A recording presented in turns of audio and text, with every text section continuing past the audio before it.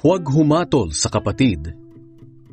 Tanggapin ninyo ang kapatid na mahina ang pananampalataya at huwag makipagtalo sa kanyang mga paniniwala.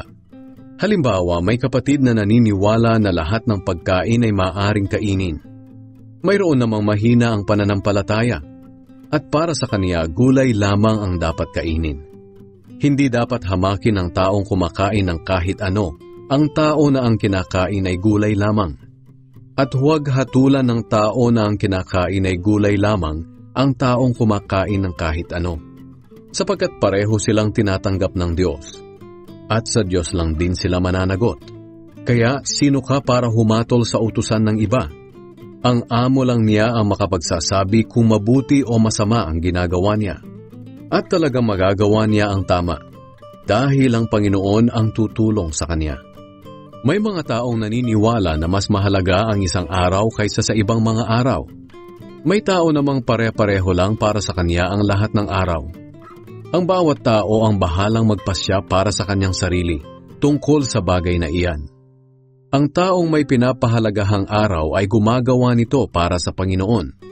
At ang tao namang kumakain ng kahit anong pagkain ay gumagawa rin ito para sa Panginoon. Dahil pinapasalamatan niya ang Diyos para sa kanyang pagkain. Ang hindi naman kumakain ng ilang klase ng pagkain ay gumagawa nito para sa Panginoon at nagpapasalamat din siya sa Diyos. Wala ni isa man sa atin ang nabubuhay o namamatay para sa sarili lamang. Kung tayo'y nabubuhay, nabubuhay tayo para sa Panginoon. At kung tayo'y mamamatay, mamamatay tayo para sa Panginoon.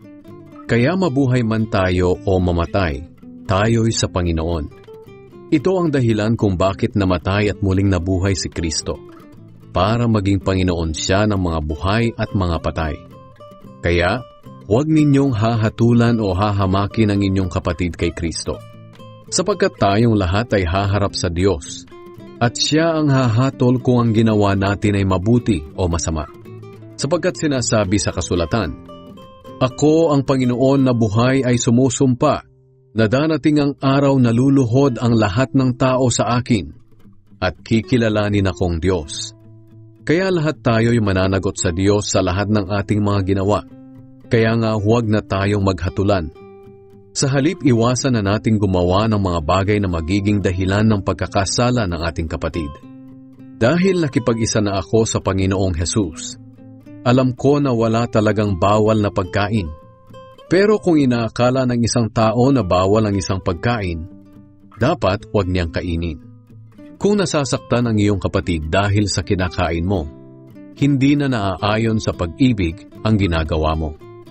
Huwag mong ipapahamak ang kapatid mo kay Kristo dahil lang sa pagkain.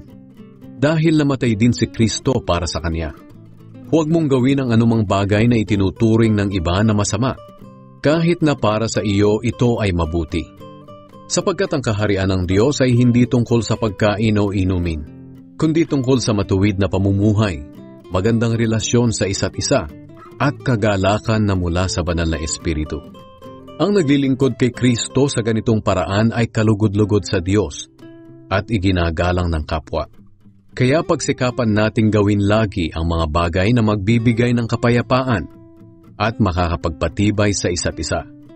Huwag mong sirain ang pananampalataya ng isang iniligtas ng Diyos nang dahil lang sa pagkain. Lahat ng pagkain ay maaaring kainin. Pero ang pagkain nito ay masama kapag naging dahilan nito ng pagkakasala ng iba. Mas mabuti pang huwag nang kumain ng karne o uminom ng alak o gawin ang isang bagay kung iyon ang magiging dahilan ng pagkakasala ng iyong kapatid. Kaya anuman ang iyong paniniwala sa mga bagay na ito, ikaw na lang at ang Diyos ang dapat makaalam.